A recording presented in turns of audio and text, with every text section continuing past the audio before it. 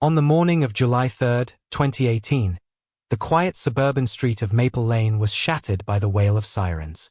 Red and blue lights pulsed against the modest homes, their glow reflecting in the windows of neighbors who had emerged onto their porches, clutching bathrobes tight against the morning chill.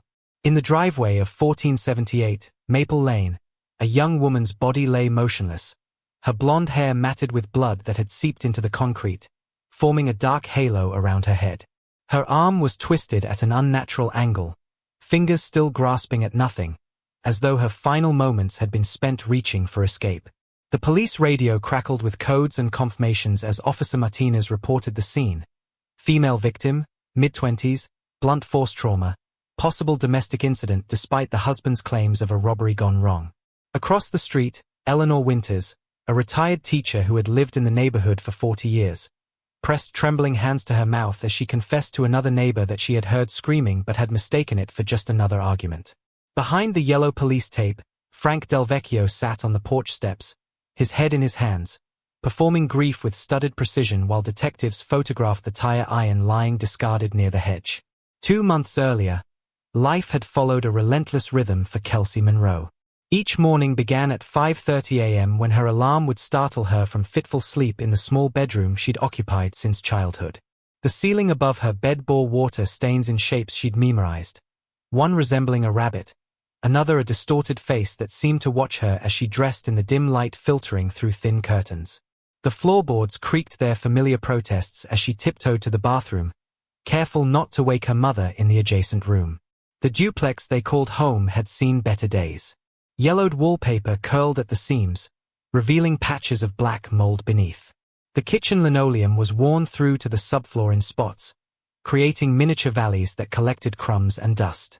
A persistent drip from the bathroom faucet provided the soundtrack to their lives, a constant reminder of one more thing they couldn't afford to fix.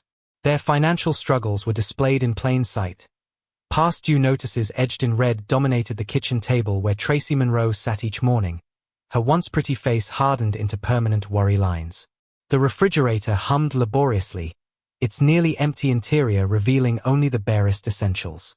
Pinned to the door with a magnet was Kelsey's acceptance letter to the community college nursing program, dated 3 years earlier, a testament to dreams deferred by necessity. Kelsey would offer to pick up extra shifts at the diner where she worked, though her feet ached from doubles and her uniform needed washing. Tracy would worry about the looming rent and the increasing likelihood of being laid off from her call center position. Their conversations circled the same drain of financial anxiety, with Kelsey providing determined optimism that never quite reached her weary eyes.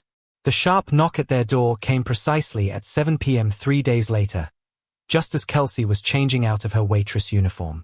Frank Delvecchio's signature rap sent an immediate ripple of tension through the small duplex. Tracy smoothed her hair and straightened her blouse before answering, her voice and demeanor shifting to accommodate the landlord's presence. Frank filled the doorframe with imposing presence. At 38, his dark hair was expensively cut, his watch gleaming gold against his wrist. He carried himself with the confidence of a man accustomed to getting his way, but his eyes betrayed a coldness that no designer suit could disguise.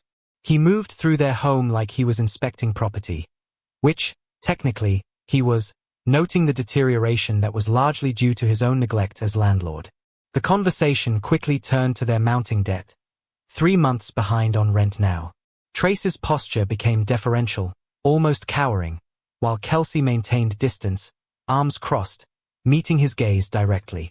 This small defiance didn't go unnoticed by Frank as he settled onto their sofa, the furniture sagging beneath his weight. Then came his proposition, a solution to their mutual problem.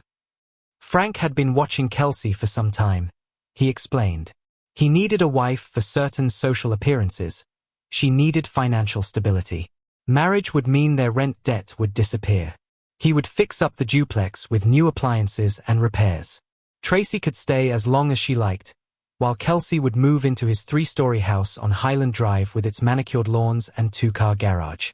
Kelsey's face flushed with anger and disbelief at the suggestion. Frank remained unmoved, explaining the arrangement with businesslike detachment. It was a proposal, he emphasized, not a sale. He gave them until Friday to decide before he would need to start eviction proceedings. Business was business, after all. After Frank left, the true betrayal unfolded. Instead of sharing Kelsey's outrage, Tracy's expression held a calculating look that sent chills down her daughter's spine. She suggested they should consider the offer, framing it as perhaps not the worst idea given their desperate circumstances.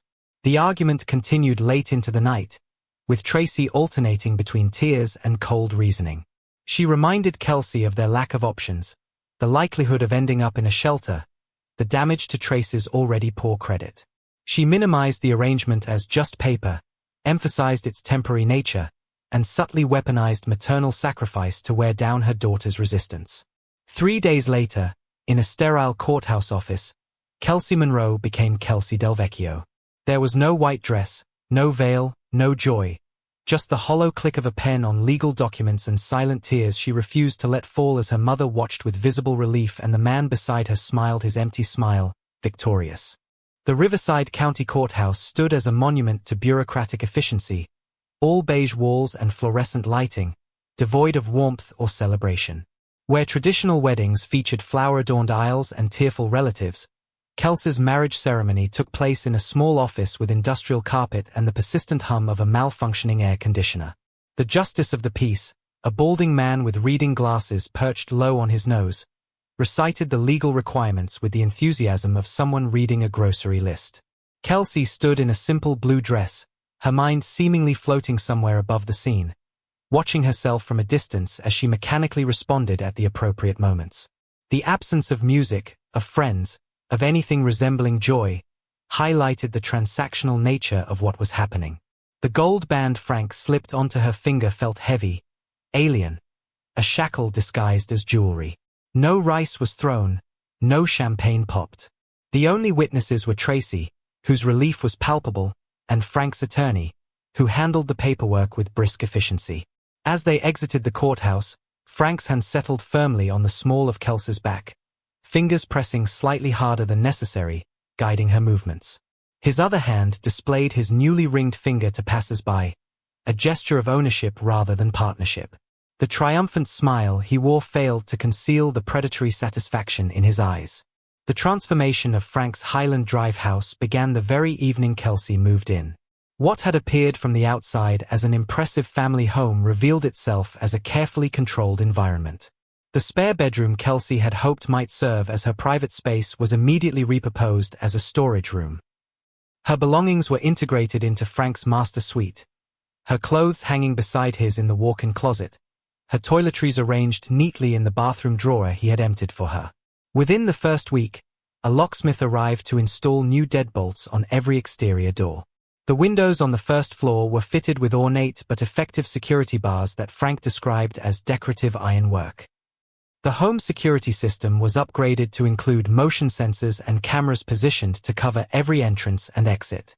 The alarm panel, which required a code Kelsey was not given, beeped accusingly whenever she approached an exterior door. The home's transformation extended to digital surveillance as well. The Wi-Fi password changed daily, with Frank controlling access. The landline telephone was programmed to record all conversations, a feature he demonstrated casually over dinner one evening. Kelsey's smartphone disappeared 3 days after the wedding, replaced with a basic flip phone that Frank explained was more reliable in emergencies. This new phone had no internet capability and displayed a record of all calls made and received. Tracy visited once during those first weeks, her eyes widening at the opulent furnishings but carefully avoiding acknowledging the cameras or the way Frank hovered throughout her visit.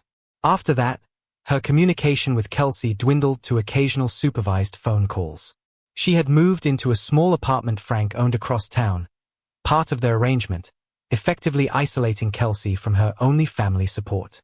The Silver Spoon Diner stood in stark contrast to Kelsey's new domestic prison. With its checkered floors and vinyl booths worn smooth by decades of customers, the roadside establishment offered a strange comfort in its very ordinariness. The kitchen's cacophony of sizzling grills and clattering plates, the easy banter of regular customers, and the predictable rhythm of shift work provided Kelsey with precious hours of normalcy. It was here that Zach Torres first noticed the changes in his coworker. With warm brown eyes and an easy smile, The 27-year-old assistant manager had always appreciated Kelsey's quick wit and work ethic. Now he observed her increasing quietness, the way she startled at sudden movements, and how she had begun wearing long sleeves despite the kitchen's heat. Their interactions evolved in subtle ways, Zach finding reasons to assign them the same section, extending small kindnesses like covering her tables when she needed an extra break, bringing her coffee just how she liked it without being asked. He noticed how she came alive during her shifts, laughing more freely with each passing hour, only to grow increasingly tense as closing time approached. The makeup became more noticeable in the diner's harsh lighting, concealer carefully applied to cover the shadowy fingerprints on her wrists, foundation masking the yellowish remnants of bruises along her jawline. When changing into her uniform, she began using the storage closet rather than the shared employee restroom, avoiding questions about the marks that bloomed across her back and shoulders. At work, Kelsey moved with purpose, her head high, voice steady. At home, surveillance footage would have shown a different woman entirely, eyes downcast, movements hesitant, her body instinctively curving inward when Frank entered a room. Frank's control escalated methodically over the following weeks. His first unannounced visit to the diner came during a busy lunch rush. He seated himself in Kelsey's section, watching her intently as she served other tables. When she approached with forced cheerfulness, he inquired about the male customer who had smiled too widely at her, the coworker who had touched her shoulder in passing. Later that night, these perceived transgressions resulted in the first open-handed slap that rocked her backward against the bedroom wall. The surprise visits became a regular occurrence, Frank appearing without warning during her shifts, sometimes sitting for hours nursing a single coffee, other times merely driving slowly through the parking lot, making his presence known. The diner manager, noticing the disruption to their best waitress's performance, began scheduling Kelsey for different sections when Frank appeared. Her phone revealed other methods of surveillance. Frank would call at random intervals, questioning her whereabouts if background noise didn't match his expectations. He examined her call log nightly, questioning each number, demanding explanations for any call lasting more than 2 minutes. Text messages required responses within 5 minutes, regardless of how busy her shift might be. Her wardrobe underwent a gradual but comprehensive purge. Jeans were deemed too tight, t-shirts too revealing. Each item removed was replaced with Frank-approved alternatives, high-necked blouses, loose-fitting slacks, subdued colors. Her diner uniform was modified with an extra button sewn at the neckline, her hemline lowered by an inch. Through it all, Tracy remained conspicuously absent. When Kelsey managed to reach her mother during a rare moment alone, Tracy's response was a studied dismissal of concerns. Marriage is about compromise, she insisted, refusing to acknowledge the bruises visible even through the phone's small screen. Frank is providing for both of us now. Don't ruin this with your stubbornness. In just 8 weeks, Kelsey's world had contracted to 2 locations, Frank's carefully controlled house and the diner that increasingly felt like her only lifeline to normality. The woman who had once dreamed of nursing school now calculated her movements with the precision of someone navigating a minefield, never knowing which step might trigger an explosion of Frank's ever-present rage. It began with small kindnesses, Zach sliding an extra plate of fries toward Kelsey during her break, noticing she rarely ate more than coffee during shifts. He covered for her when she needed an extra moment in the bathroom to compose herself after Frank's surprise visits left her trembling. Their shared eye rolls over difficult customers evolved into inside jokes communicated through nothing more than raised eyebrows across the diner floor. 3 months into Kelsey's marriage, these moments of connection multiplied. They developed a shorthand language, Zach greeting her with scale of 1 to 10. Each morning, Kelsey's number communicating what words couldn't about the previous night. On bad days, when the number fell below 4, he would mysteriously reassign her to the front section, easier tables, better tips, and crucially, within view of his station at all times. Their humor became a shield against reality. During a particularly slow Tuesday afternoon, Zach demonstrated increasingly ridiculous ways to fold napkins, transforming the mundane task into an impromptu comedy routine that had Kelsey laughing genuinely for the first time in weeks. The sound seemed to surprise even her hand rising to cover her mouth as though remembering she wasn't permitted such freedom. The laughter faded when her sleeve slipped back, revealing finger-shaped bruises circling her wrist like a macabre bracelet. Zach's expression shifted, but he said nothing, simply retrieving a tube of arnica cream from the first aid kit, sliding it across the break room table without comment. The silent acknowledgement of her situation hung between them, neither ready to verbalize what was increasingly obvious. That changed on a rainy evening in late September.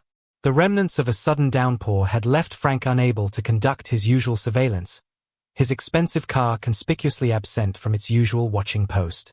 Inside, as closing time approached, Kelsey dropped a stack of plates that shattered across the kitchen floor.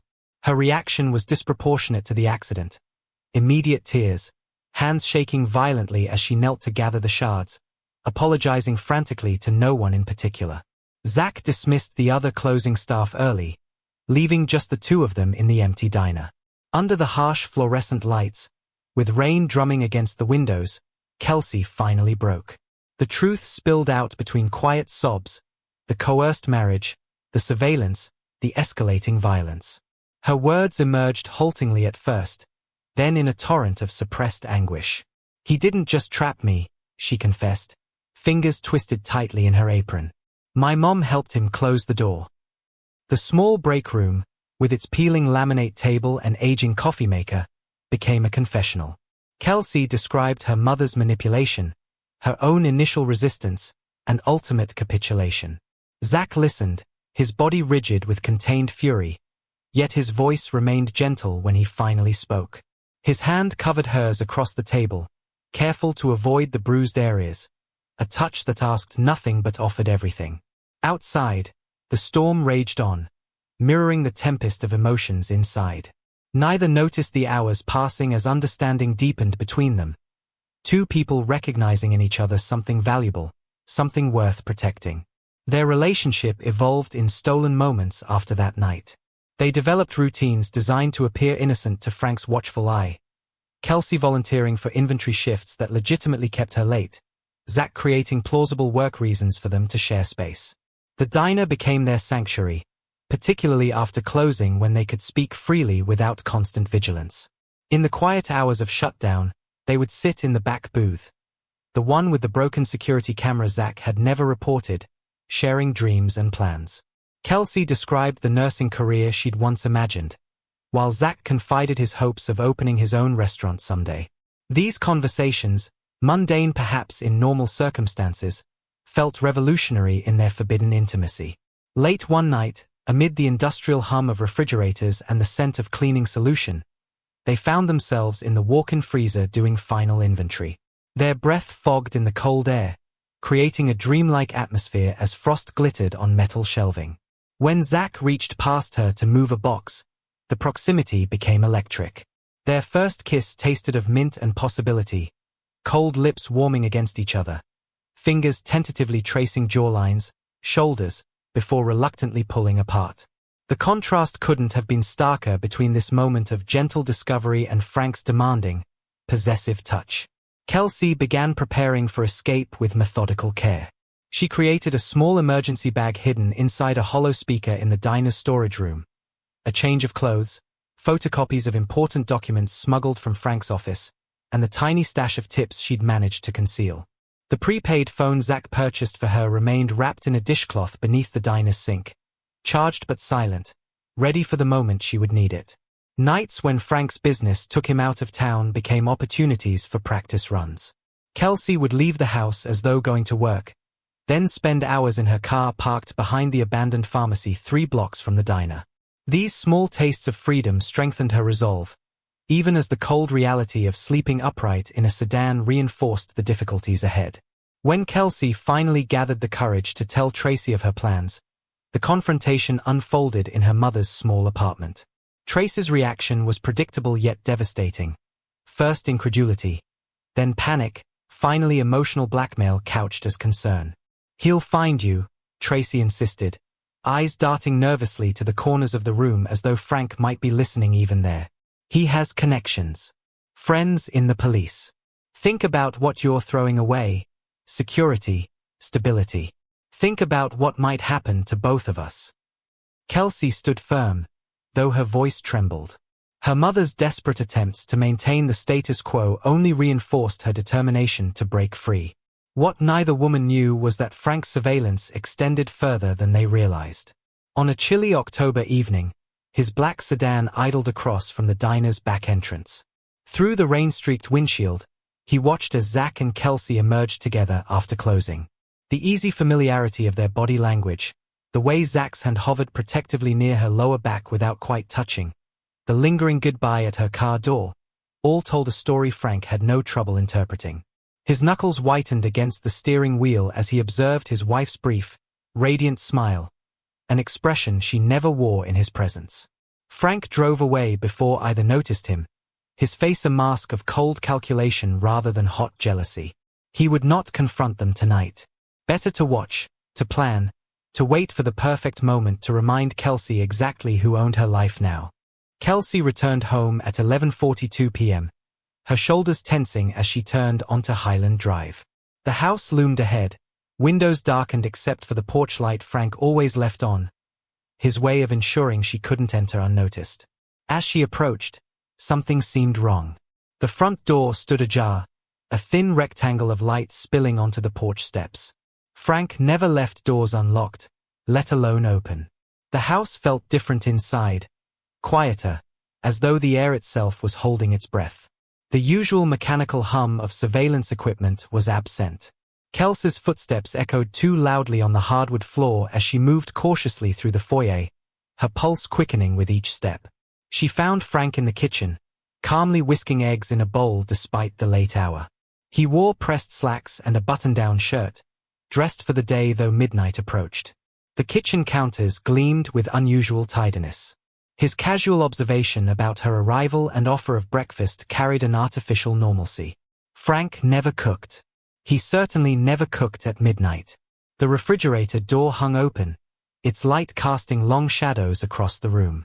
As he slid perfectly cooked eggs onto a plate, Kelsey noticed fine tremors in her hands. Her stomach contracted painfully, refusing the food placed before her. Frank watched her with unblinking attention as he sipped his coffee, his calmness more terrifying than any previous rage. Morning came with deceptive brightness.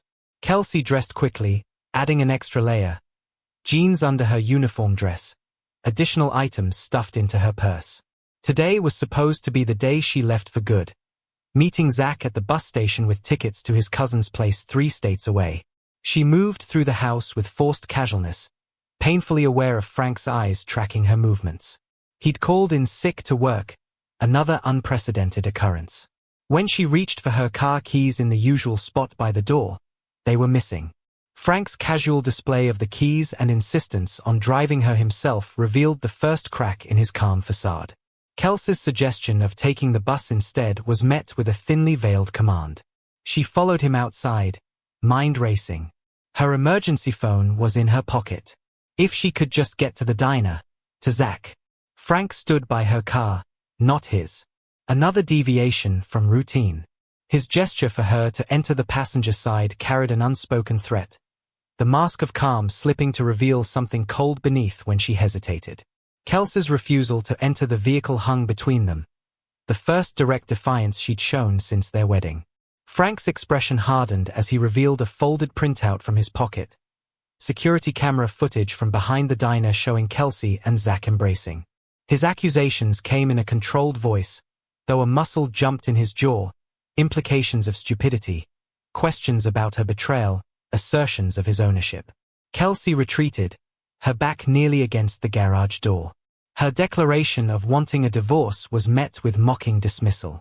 The exchange escalated rapidly, Kelsey asserting the arrangement had been with her mother, not her. Frank countering with reminders of the security and stability she'd accepted along with his name and ring. Her announcement of leaving triggered immediate physical restraint as Frank grabbed her arm with bruising force. Pure instinct took over. Kelsey twisted free and shoved him backward with both hands, catching him off balance. He stumbled, colliding with the car, momentary surprise crossing his features before his expression contorted with rage. In the split second Kelsey hesitated, Frank reached into the open trunk of her car, his hand emerging with the tire iron she kept with her spare tire.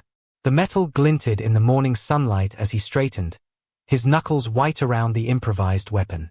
Despite Kelsey's retreat, the first blow caught her shoulder, a shocking burst of pain that sent her staggering sideways. The second struck her temple, the world instantly tilting, sound becoming distant and distorted. She was aware of falling, of concrete scraping her palms as she tried to crawl away, of blood warm against her scalp. Across the street, Eleanor Winters paused while retrieving her morning newspaper. Her doorbell camera captured partial footage of the driveway, Kelsey's desperate attempt to escape, Frank's pursuit, the arc of the tire iron rising and falling repeatedly. The camera's microphone recorded the sickening impacts, Kelsey's fading cries, and finally silence. Eleanor fumbled for her phone, but froze when Frank looked up, seemingly staring directly at her house. She retreated inside, hand pressed against her mouth, trembling too severely to dial immediately. In the driveway, Frank stood over Kelsey's motionless form, his breathing ragged, shirt spattered with crimson droplets. The tire iron slipped from his fingers, clattering against the concrete. For several moments, he simply stared at what he'd done, at the spreading halo of blood around Kelsey's head, at her arm twisted at an impossible angle. Then methodical calculation returned. He glanced around the quiet street, noting curtains drawn at most windows. Bending down, he grasped Kelsey's ankles and began dragging her limp body toward the porch, leaving a dark smear across the concrete. Her head bumped against the step as he pulled her up, a sound that made him wince despite everything.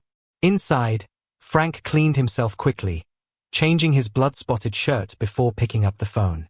His voice remained steady as he reported finding his wife attacked in their driveway, the victim of an apparent robbery.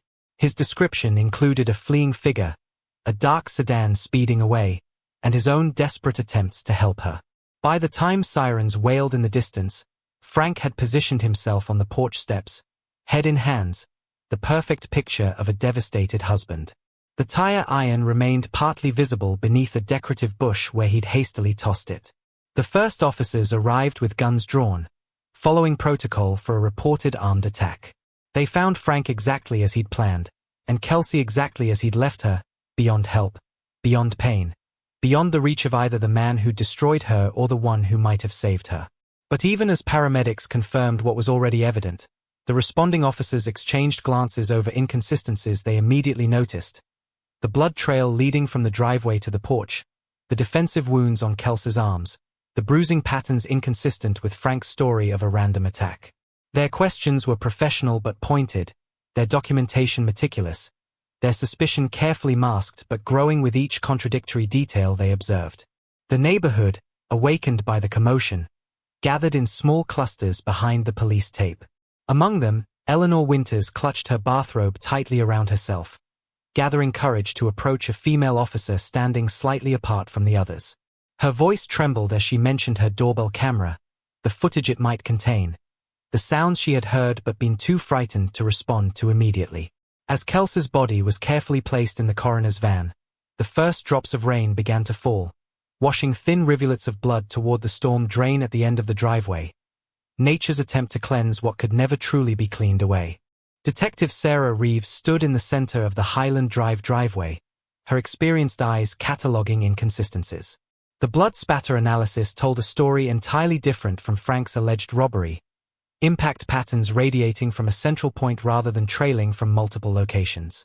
The crime scene unit methodically photographed, measured, and collected evidence throughout the morning, their focus intensifying when an officer discovered the tire iron partially hidden beneath decorative shrubs.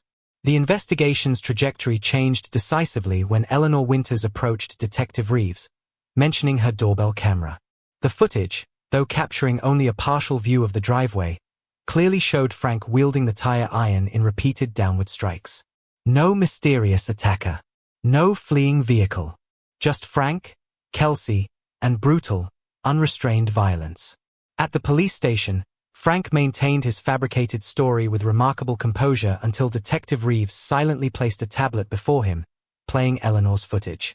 His expression remained unchanged, but his hands, previously steady, developed a slight tremor that spread gradually up his arms.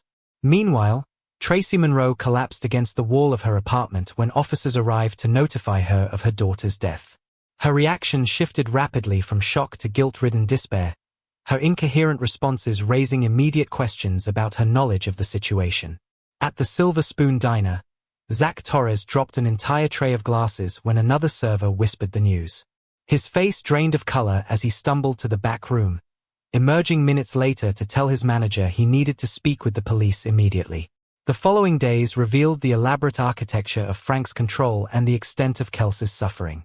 Zach provided investigators with months of observations, the progression of bruises, Kelsey's increasing isolation, and ultimately, their plans to escape together.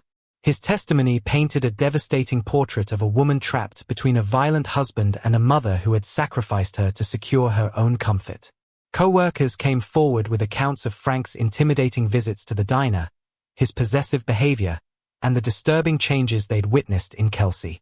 The diner manager produced a logbook where she documented her concerns, including dates when Kelsey had called in with suspicious injuries and times when Frank had lingered in the parking lot for hours. Forensic analysis of the home revealed Frank's extensive surveillance system, including recordings he'd meticulously catalogued. Blood evidence from previous incidents appeared under luminol testing in various locations throughout the house, on the bedroom wall, in the bathroom grout, spattered on the underside of the kitchen table. Silent witnesses to escalating violence that had preceded the final attack. Most damning was Tracy's eventual confession, extracted during her third interview. She admitted to facilitating the arrangement, to ignoring Kelsey's increasingly desperate communications, to choosing financial security over her daughter's safety. Her statement revealed the calculated way Frank had targeted them both, recognizing Tracy's weakness and Kelsey's vulnerability. Frank Delvecchio was arrested 17 days after Kelsey's death. The district attorney charged him with second-degree murder, adding charges of domestic abuse, false imprisonment, and witness intimidation. Local media covered the arrest extensively. Morning shows that had initially reported a tragic robbery gone wrong, now examining the case as an example of domestic violence hidden behind wealth and social standing. 6 months later, the courtroom fell silent as Zach Torres took the witness stand. His testimony, delivered in a steady voice that occasionally broke with emotion, detailed the systematic isolation and terror Kelsey had endured. He described their tentative plans for escape, scheduled for the very day Frank had taken her life. When asked about their relationship, Zach characterized it simply as two people finding light in darkness. Throughout the proceedings, Tracy sat alone in the back row, a pariah to both Frank's associates and those who had known Kelsey.